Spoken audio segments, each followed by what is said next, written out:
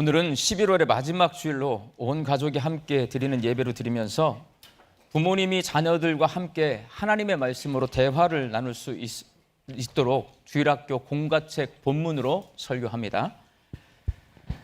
수필가 피천득 씨의 인연이라고 하는 수필집이 있어요. 그 수필집에 맛과 멋이라는 글이 실려 있습니다. 이 맛과 멋의 글귀가 이런 글귀가 있어요. 맛은 정확성에 있고 멋은 파격에 있다. 맛과 멋은 리얼과 낭만과 같이 아름다운 조화를 이루는 것이다. 그러나 맛만 있으면 그만인 사람이 있고 맛이 없더라도 멋만 있으면 사는 사람이 있다. 이 글에서 작가는 맛을 현실적이고 감성적인 것으로 보고 멋은 이상적이고 이지적인 것으로 봅니다. 그리고 맛은 있는데 멋이 없거나 멋은 있는데 맛이 없으면 안 되고 맛과 멋이 함께 조화를 이루어야 한다라고 강조하고 있습니다. 오늘 본문 말씀이 마태복음 5장 13절에서 16절까지의 말씀은 이 피천득 씨의 맛과 멋이라는 글을 생각나게 하는 말씀입니다. 예수님께서 제자들에게 너희는 세상의 소금이라고 하신 말씀, 맛없는 세상을 맛있는 세상으로 변화시키라는 말씀이에요. 너희는 세상의 빛이라고 하신 말씀은 어둡고 칙칙한 세상을 밝고 멋지게 변화시킬 것을 요구하는 말씀입니다. 그리고 이렇게 너희는 세상의 소금이다.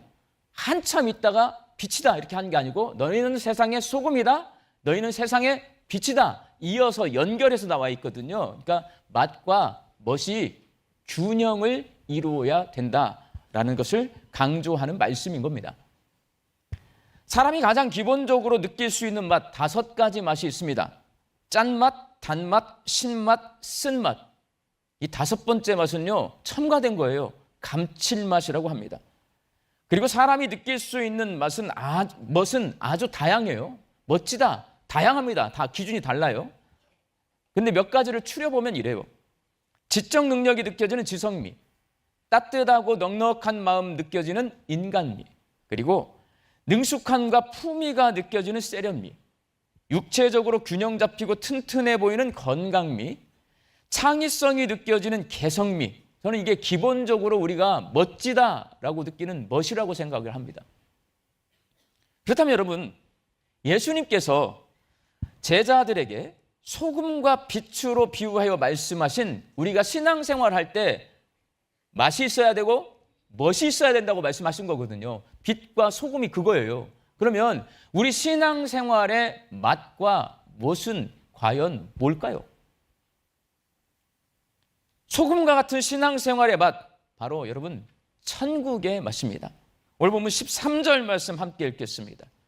너희는 세상의 소금이니 소금이 만일 그 맛을 잃으면 무엇으로 짜게 하리요? 후에는 아무 쓸데없어 다만 밖에 버려져 사람에게 밟힐 뿐이니라. 소금은 음식 맛을 내는 조미료입니다. 만일 우리가 매일 먹는 반찬이나 국이나 찌개에 소금을 넣지 않아요, 먹을 수 있어요, 없어요? 못 먹습니다, 여러분. 반찬이라는 거 있잖아요. 외국에 나가면 반찬이 거의 없어요. 그냥 요리 나오면 그냥 요리 먹으면 되는데 우리나라는 반찬이 엄청나게 많아요. 왜 그럴 것 같아요? 반찬이 왜 만들어졌을까요? 밥 먹으려고 만들어진 거예요, 여러분. 근데 밥 먹으려고 만들어졌는데 밥은 탄수화물이에요. 탄수화물이 맛이 없어요. 계속 먹으면 지겨워. 그래서 먹을 수가 없어. 이 탄수화물이 내 입에서 씹혀져 가지고 목으로 넘어가게 하는 게 뭐냐면 나트륨이에요. 소금이란 말이에요. 근데 그 소금을 밥 한 숟가락 먹고 소금을 털어낼 수는 없잖아요. 그래서 생겨난 게 반찬이라고 제가 다큐멘터리에서 봤어요. 그러니까 소금을 먹어야 되는데 그냥 먹을 수 없으니까 나물도 무쳐 먹고 국을 만들어 먹고, 그러니까 결국 그건 뭘 먹는 거냐면 소금을 먹는 거예요, 여러분. 왜? 밥을 먹으려고. 소금은 음식에 들어가서 맛을 냅니다. 예수님께서 이렇게 말씀하십니다. 소금이 만일 그 맛을 잃으면 무엇으로 짜게 하리요? 이 말씀은 소금 외에 짠맛을 낼 수 있는 조미료가 없다라는 거예요. 소금만이 짠맛을 낼 수 있고 짠맛은 소금의 고유한 맛이라는 말씀이에요. 그렇다면 교회와 성도들만이 낼 수 있는 맛, 다른 곳에서는 맛볼 수 없고 오직 교회와 성도들에게서만 가지고 있는 그런 고유한 멋이 뭐냐? 천국의 맛이. 마태복음 5장에서 7장까지는 예수님께서 천국에 대해 가르쳐 주시는 산상수훈의 말씀입니다. 오늘 본문 말씀은 이 산상수훈에 속해 있는 말씀인 거예요. 예수님은 심령이 가난한 자는 복이 있나니 천국이 저희 것이며 라는 말씀으로 산상수훈을 시작합니다. 이게 시작이 이렇게 되는 게 무슨 말인 거냐면 내가 지금부터 천국에 대해서 말할 거야. 심령이 가난한 자는 복이 있나니 천국이 저희 것이며 나 앞으로 계속 천국에 대해서 말할 거니까 잘 들어봐라. 이런 말이에요. 마태, 마가, 누가, 요한복음에서 천국과 하나님의 나라라는 단어가 93번이나 사용되고 있을 정도로 예수님께서 이 땅에 하신 일은 뭐냐? 천국을 선포하신 것입니다. 오늘 본문 말씀 바로 앞부분인 마태복음 5장 1절에서 12절까지의 팔복선언이라고 해요. 이 팔복선언에서 예수님은 천국이 가난한 사람들이 복을 받는 것이고 슬픈 자들이 위로함을 얻는 것이고 마음 따뜻한 사람, 의로운 사람, 다른 사람 불쌍히 여길 줄 아는 사람, 정직한 사람, 평화를 도모하는 사람들이 나라라는 거예요. 그 천국이. 교회는 바로 이러한 천국의 맛을 간직한 공동체가 되어야 합니다. 여러분, 소금의 짠맛이 변합니까? 안 변합니까? 변하지 않습니다. 소금의 짠맛은 절대로 변하지 않을 뿐만 아니라 소금 외에 짠맛을 내는 조미료는 없습니다. 소금의 짠맛처럼 그 맛이 절대로 변하지 않고 오직 교회에서만 맛볼 수 있는 고유한 맛, 천국의 맛이고요. 이 천국의 맛은 오직 교회에서만 맛볼 수 있고 교회가 간직하고 있고 변해서는 안 될 맛인 거예요. 그리고 빛과 같은 신앙생활에서 멋은 착한 행실이에요. 착한 행실. 오늘 보면 16절 말씀 함께 읽습니다. 너희 빛이 사람 앞에 비치게 하여 그들로 너희 착한 행실을 보고 하늘에 계신 너희 아버지께 영광을 돌리게 하라. 착한 행실을 보여주는 것이 멋지게 신앙생활을 하는 것이라고 가르쳐 주신 예수님은요, 본인이 직접 멋지게 사셨습니다. 착한 행실을 행하며 살아요. 맛과 멋이라는 글에서 피천득 씨는 멋은 어디에 있냐? 파격에 있다라고 말을 합니다. 파격이라는 말, 격식을 깬다는 말인데요. 격식을 깰 때 멋이 있다는 말에 저는 100% 공감합니다. 예수님은 파격적인 분이셨습니다. 한센병 환자, 나 환자예요. 나병 환자 레이기에서 접근하면 안 돼요. 터치하면 안 됩니다. 근데 예수님은 나병 환자를 고쳐주실 때 만지십니다. 그 당시 유대인들은 깜짝 놀랍니다. 예수님 만지시면서 고쳐주셨어요. 파격이에요. 그런데 그 예수님이 만져서요, 기도하고 와가지고 또 같이 밥을 먹어버려요. 아마 다 놀랬을 거예요. 왜? 부정 탔다고. 병균 옮길까봐 다 놀랬단 말이에요. 근데 예수님은 그 파격적인 행동을 하신단 말이에요.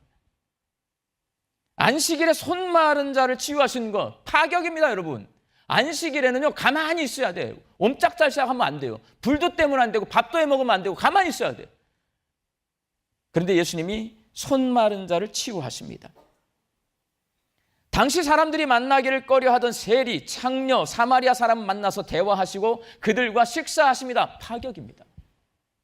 이러한 예수님의 행동들은 당시에 격식을 깨뜨린 파격적인 행보였고 이것이 모두 사람들의 눈에 뭘로 보이냐? 착한 행실로 보이는 거예요, 여러분.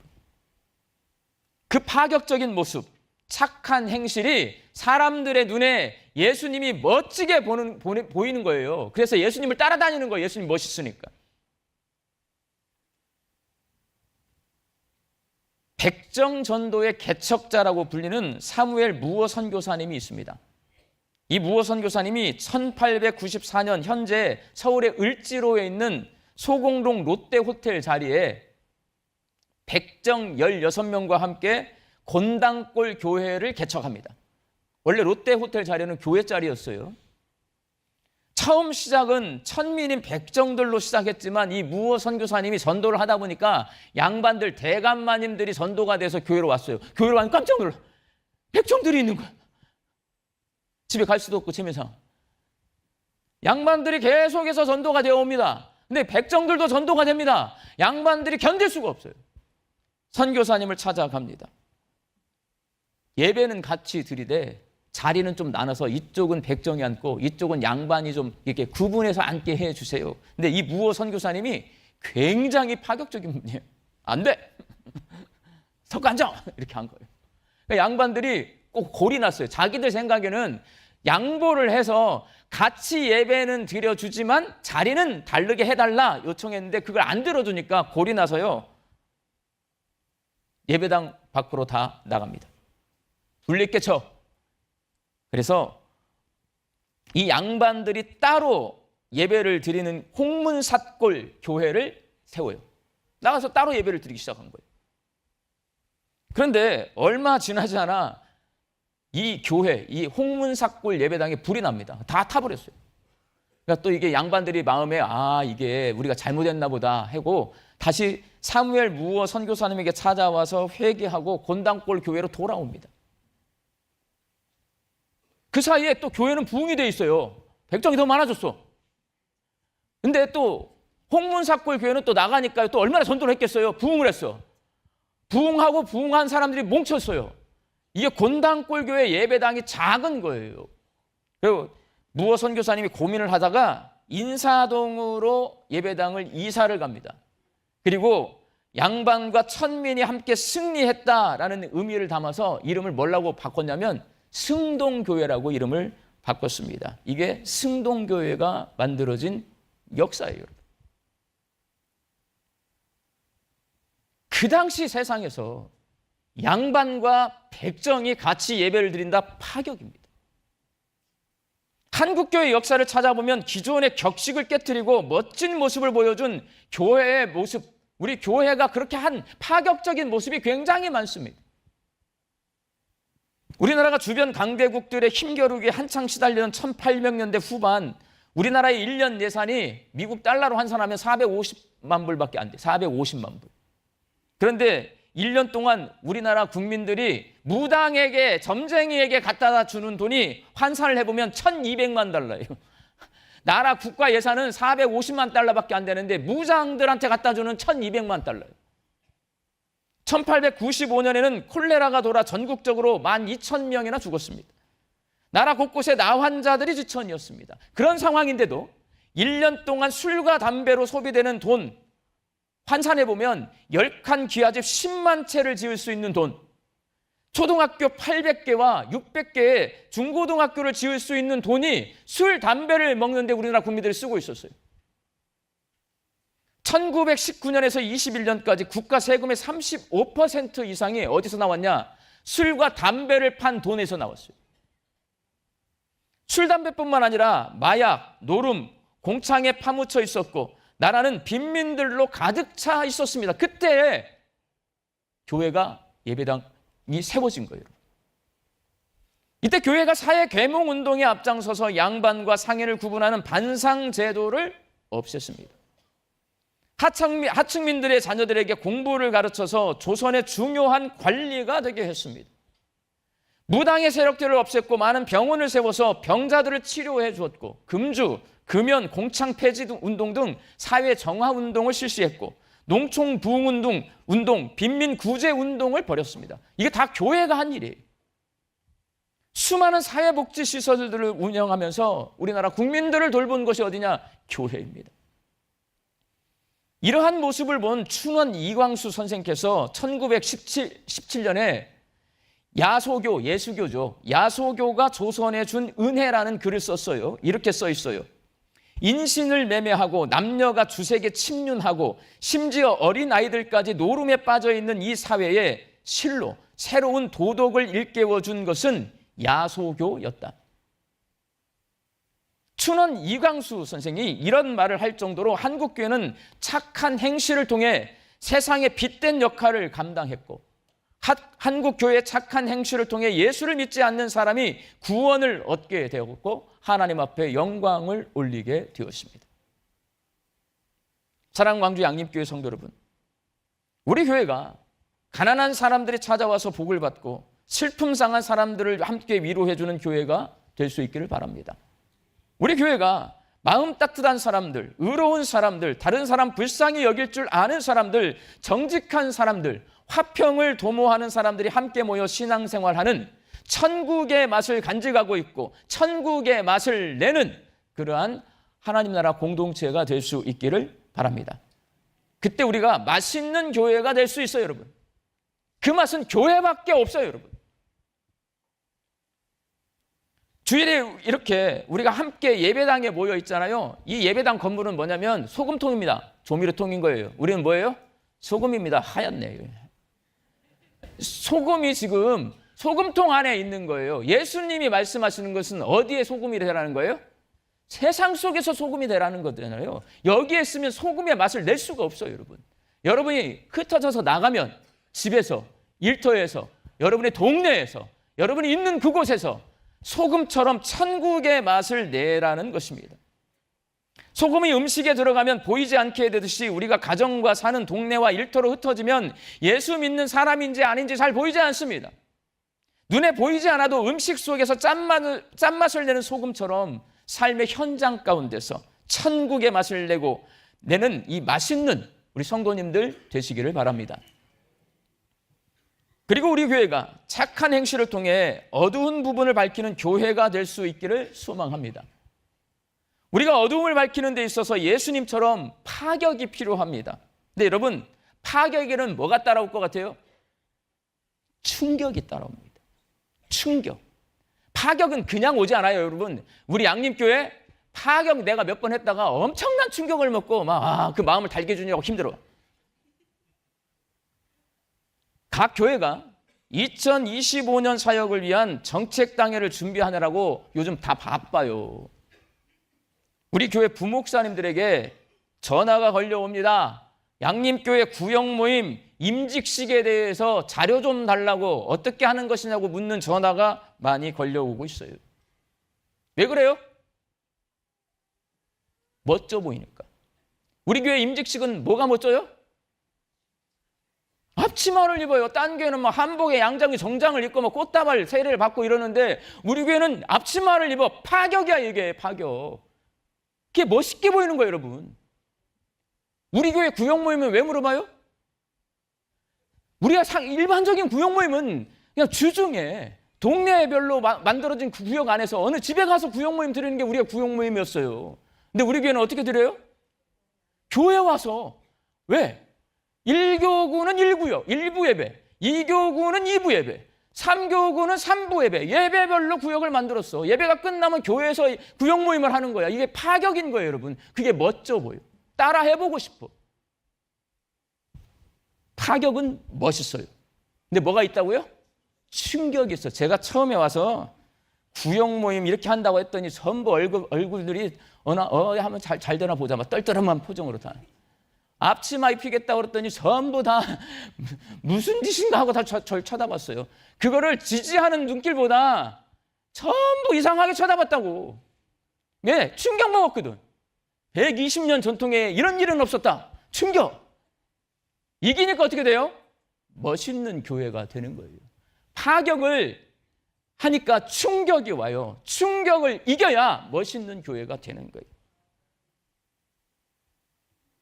우리 광주 양림교회가 천국의 맛을 간직하고 파격적인 착한 행실을 행해서 맛있고 멋있는 교회가 될 수 있기를 바랍니다. 앞으로도 여러분, 저는 여러분이 익숙한 방식으로 절대 사역하지 않습니다. 왜? 제 시골 교회는 이제 한 70몇 년밖에 안 됐는데 여기는 몇 년이에요? 120년. 제가 못 이겨, 양립교회 성도들. 그러니까 똑같은 일을 하잖아요. 그러면 나보다 50년 선배들이 여기 계시기 때문에 이렇게 해야 됩니다. 목사님이 원래 그렇게 하는 것이 아닙니다. 이렇게 잔소리할 거야. 그러면 멋이 없다.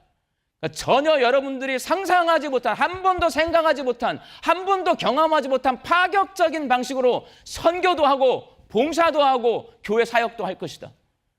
그러면 여러분은 충격을 받을 것이다. 충격을 이기셔야 합니다. 그래야 멋있는 교회가 될 수 있습니다. 우리 광주 양림교회 성도들이 하나님 앞에서 맛있고 멋있는 교회가 될 수 있기를 주님의 이름으로 축원합니다. 기도하겠습니다. 하나님, 양림교회가 천국의 맛을 간직한 맛있는 교회가 되고 양림교회 성도들이 소금이 되어서 세상 속에서 천국의 맛을 내게 하여 주옵소서. 하나님, 양림교회가 착한 행실을 행하는 멋있는 교회가 되고 양림교회 성도들이 파격의 충격을 이겨내고 맡겨주신 복음 증거의 사명을 멋지게 감당하게 하여 주옵소서. 예수님의 이름으로 기도하옵나이다. 아멘.